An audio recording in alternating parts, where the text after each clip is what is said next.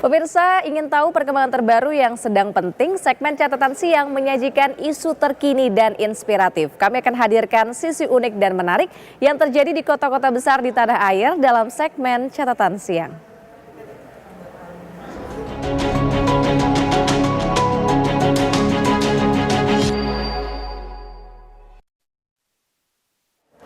Pemirsa, betapa sadisnya orang tua dengan tega membunuh anaknya sendiri hanya karena muntah-muntah.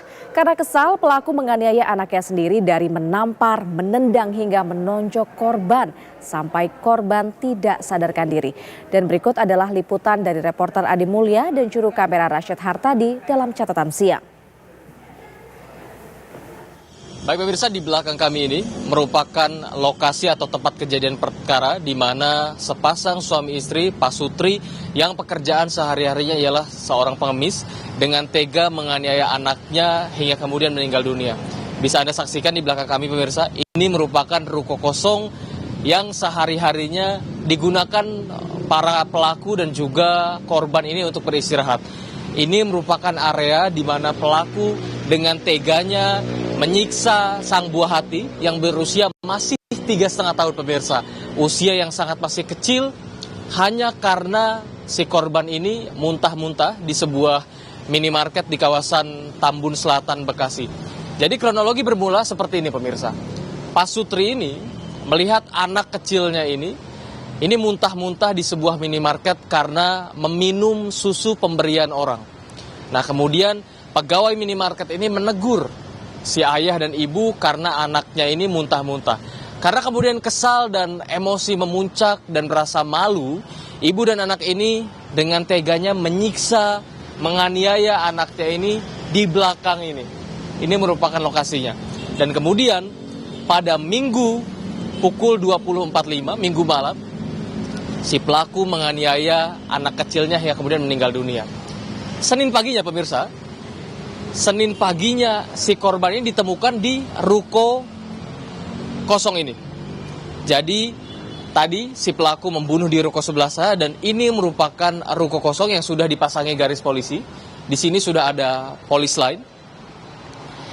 Para pelaku membawa tubuh korban ditaruhlah di sini hingga kemudian pada Senin paginya pada pukul 7 pagi si korban ditemukan sudah tidak bernyawa di dalam ruko kosong ini. Bisa Anda saksikan pemirsa, ini sudah dipasangi garis polisi, itu artinya di dalam sini sudah terbukti korban ditemukan dalam kondisi sudah tidak bernyawa. Nah kini pelaku ini sudah ditangkap dan ditahan karena memang pada hari Rabu kemarin pelaku ini ditangkap ketika hendak melarikan diri ke arah Jawa. Pelaku ditangkap di sebuah kawasan di Karawang. Nah, untuk mengetahui update lebih lengkapnya, kita akan coba tanya-tanya kepada masyarakat yang sehari-harinya ada di sini. Ya, selamat sore Pak. Selamat sore. Ya, dengan Bapak siapa? Dengan Bapak Ahmad. Ya, Pak Ahmad. Pak Ahmad mungkin bisa ceritakan sedikit Pak. Ini pelaku sebetulnya siapa Pak? Tinggalnya di mana dan sehari-harinya seperti apa? Ya baik Pak, saya ceritakan sekilas saja Pak ya. Ini pelaku ini adalah pengamen Pak. Yang tiap hari berangkat pagi kira-kira jam 8, pulang sore. Iya, itu. Ya. Nah, untuk si anak ini berarti selalu dibawa nih Pak, kalau untuk mengamen dan mengemis? Anak itu selalu dibawa, entah kemana tetap dibawa. Kemudian karena pada pagi itu tanggal 2 jam 9, saya curiga ada mamahnya di perapatan Hotel Sydney. Dia nongkrong di sana tapi tidak membawa anaknya. Kemudian saya tanya ke tukang parkir namanya Embi, saya langsung refleks masuk ke dalam. Ternyata anak tersebut sudah tergeletak di depan kamar mandi. Tapi kalau untuk sehari-harinya memang pernah nggak sih Pak kelihatan menganiaya, maksudnya kelihatan si ibu bapak ini apa memukuli anaknya atau sehari-harinya justru keadaan baik-baik saja? Kalau Bapak lihat? Kalau yang penglihatan saya baik-baik saja Pak. Kebetulan malam itu saya tidak mengetahui persis kejadiannya karena pada malam itu saya nggak jualan. Jadi saya tidak mengetahui secara pastinya, tapi karena pagi-pagi itulah saya secara refleks melihat itu. Ya. Berarti Bapak sempat bertegur sapa atau ngelihat-lihat aja nih Pak? Apa pernah teguran, apa ketemu papasan gitu dengan para pelaku ini Pak? Saya nggak pernah menegur siapa Pak, nggak pernah. Kemudian malam itu memang nggak ada ketemu sama saya. Tahu-tahu pagi-pagi itulah terjadiannya. Korban sudah yang sekarang lagi diberitakan itu Pak. Iya. Tapi para pelaku ini aslinya memang orang Tambun atau merantau nih Pak? Kira-kira apa Bapak tahu Pak soal itu? Ya sebelumnya kurang begitu paham ya Pak ya, karena datanya kurang lebih dari 2 minggu tinggal di daerah sini. Iya. Pelaku ini sudah 2 minggu ada di sini. Kurang lebih. Ya. Baik Pak, terima kasih atas waktu dan kesempatannya. Ya pemirsa, itu tadi perbincangan kami dengan Pak Ahmad mengenai background si pelaku dan kemudian apa saja aktivitasnya hingga pada akhirnya pelaku ini diketahui membunuh, menganiaya anaknya sendiri, anak kandungnya sendiri di ruko yang tadi kami sampaikan di sebelah sana dan menaruh jasadnya di belakang sini. Dari Tambun Selatan, Adi Mulya, Rashid Hartadi, Tim TV One mengabarkan. Pemirsa, terjadi lagi kekerasan dalam rumah tangga berujung tragis. Jasad balita dengan sejumlah luka lebam terbungkus kain ditemukan oleh warga di ruko kosong di wilayah Bekasi. Lantas apa yang membuat orang tua dengan sadis justru menyakiti hingga membunuh anaknya sendiri?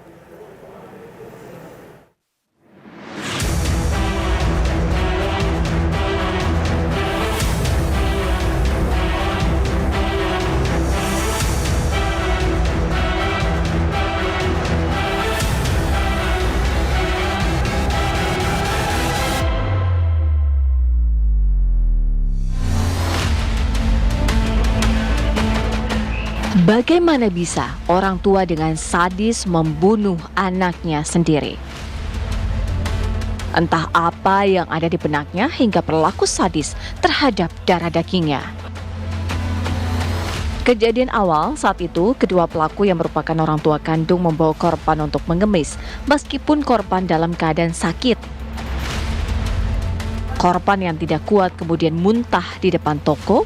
Karyawan minimarket yang mengetahui itu meminta orang tua korban untuk membersihkannya. Usai mengemis, mereka menuju ke sebuah ruko kosong. Disinilah aksi penganiayaan itu terjadi. Aidil Zakir Rahman, ayah korban dalam keadaan mabuk lem, ikut melakukan sejumlah penganiayaan bersama Sinta, sang istri. Melihat korban jatuh lemas tak berdaya, Sinta membeli minyak kayu putih untuk dioleskan ke tubuh korban dan kedua pelaku pun kemudian tertidur pulas. Esok harinya, Sinta mendapati tubuh korban sudah kaku dan tidak bernafas. Mengetahui korban tewas, kedua pelaku memindahkan jasad korban ke ruko kosong. Kemudian pelaku membungkus dengan kain sarung dan melarikan diri. Penyidik Subdit Rasmob Ditreskrimum Polda Metro Jaya pun menghadirkan kedua pelaku pembunuhan anak yang ditemukan tewas terbungkus kain sarung di ruko kawasan Tambun, Bekasi, Jawa Barat untuk prarekonstruksi di Mapolda Metro Jaya. Lantas apa yang membuat orang tua dengan sadis justru menyakiti hingga membunuh anaknya sendiri? Kasus-kasus semacam ini menegaskan teori klasik bahwa anak memang merupakan salah satu kelompok individu yang paling rentan untuk dijahati atau diviktimisasi. Terlebih ketika aksi yang sedemikian biadab itu justru dilakukan oleh orang dekat.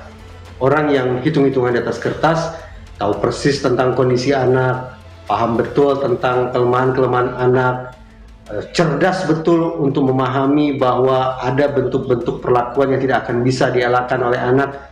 Itu yang sekali lagi menempatkan anak-anak menjadi kelompok yang rentan untuk menjadi korban kejahatan. Nah, pada sekian banyak kasus seperti ini, saya menangkap ada dua hal. Pertama, bahwa para ibu yang sampai hati menghabisi darah dagingnya sendiri berawal dari perasaan-perasaan negatif.